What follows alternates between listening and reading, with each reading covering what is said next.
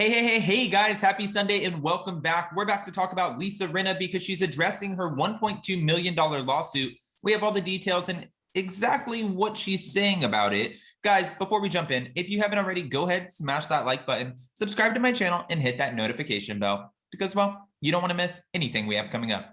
Now with that, let's jump right in. It's time for all your binge-worthy pop culture news. Welcome to Up and Adam.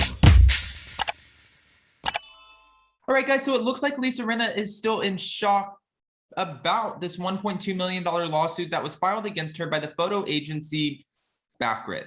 Okay, we know that this photo agency filed a lawsuit against her. We don't know if they're going to be able to succeed and win the $1.2 million, but pretty much to sum it up, they filed a lawsuit over because of the fact that Lisa Rinna was posting her own photos that were taken by paparazzi, and I believe she just thought that she could do that. Of course, obviously now she knows that there are copyright laws and there are things that are put in place for a reason, so now this is why she is facing her lawsuit. This is what's being said. Lisa Rinna is attempting to convince the court that she is not guilty of copyright infringement and that Backgrid is taking advantage of the Copyright Act. She recently spoke out about her relationship with the paparazzi, saying, "I've always seen it as a very symbiotic relationship." This is what she told LA Times in an interview on October 5th. "It was part of the game. You're going to be in the business. I've been nice. I've never fought with them. I've never run away from them. My kids grew up with them jumping out of the bushes in Malibu. We had a very good relationship with the press and the paparazzi. That's why it's so shocking to me." Okay, well, oh my gosh. Of course, you're not running from them because it's not like you have a storm of paparazzi chasing after you. You're not Kim Kardashian or Whitney Houston or Oprah Winfrey or Ellen DeGeneres. Yes, I'm sure you might have anywhere from like 1 to 4 paparazzi chasing after you, but I wouldn't even say chasing. They probably show up and they're like, "Lisa, let us get a photo of you." But really, what big scandal would they be trying to photograph you for? I understand they're still trying to grab pictures of her, but it's not like, I mean, you did a Depends commercial. You're on the Real Housewives. I'm not quite understanding this. Like, I get paparazzi are chasing after Erica at this point because there's a whole Girardi scandal attached. But for Lisa Rinna, I can't necessarily say the same. Backgrid filed their lawsuit against Lisa Rinna back in June after she allegedly shared about 8 photos of her and her daughters, Amelia and Delilah. And when she did, she shared them on Instagram, and Backgrid was like, no, we have the copyright to that. This is an issue. We're going to sue you. According to the court documents that were obtained by E! News, Lisa Rinna is sharing that she felt like she believed that she was allowed to repost these photos. In her mind, she was probably thinking, yes, they got the photo. I'm going to repost the photo. That gives them business. But the outlet is like, no, hold on. We own the rights to that, which is kind of mind-blowing. The fact that somebody can take a photo of you, paparazzi can take a photo of you because you're a public figure, and then you're not allowed to post it or they'll sue you because they own the copyright to it. It just blows my mind. The whole thing blows my mind. In the court documents that Lisa filed, it was said it's only because of Miss Rinna's hard work, dedication to her craft, and resultant success that her image has a monetary value to it. Pretty much monetary benefits that would be going to the plaintiff, which would be Backgrid agency. They're saying because she's so successful, because of all of her hard work, that's the only reason they're making money. I agree with that.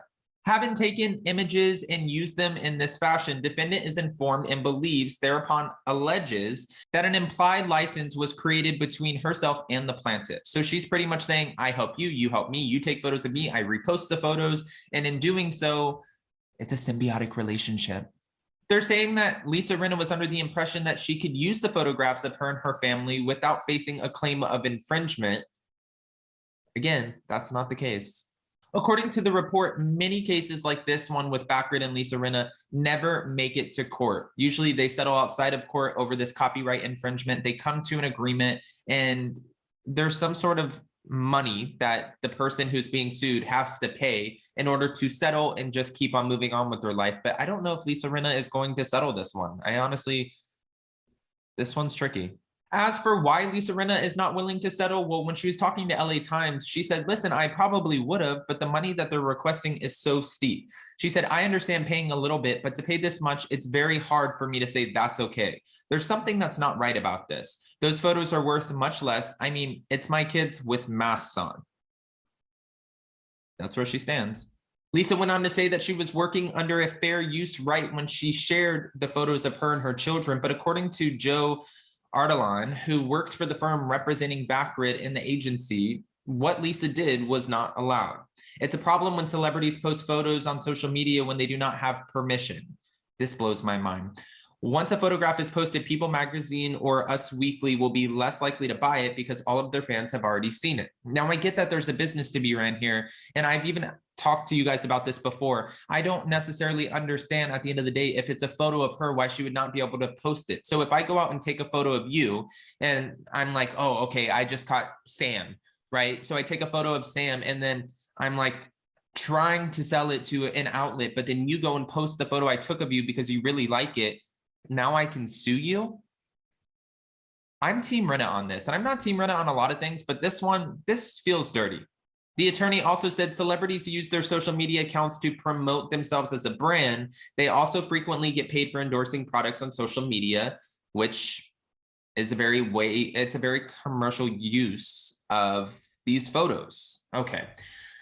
I have a lot of questions for you guys because when it comes to this $1.2 million infringement lawsuit, Scott Disick is going through the same thing, which is kind of ironic. The fact that Scott is dealing with this, Lisa Rinna is dealing with this, and Scott was with Amelia, but no longer is. Obviously, we know that. And Lisa Rinna is very happy about that. But I do see irony here.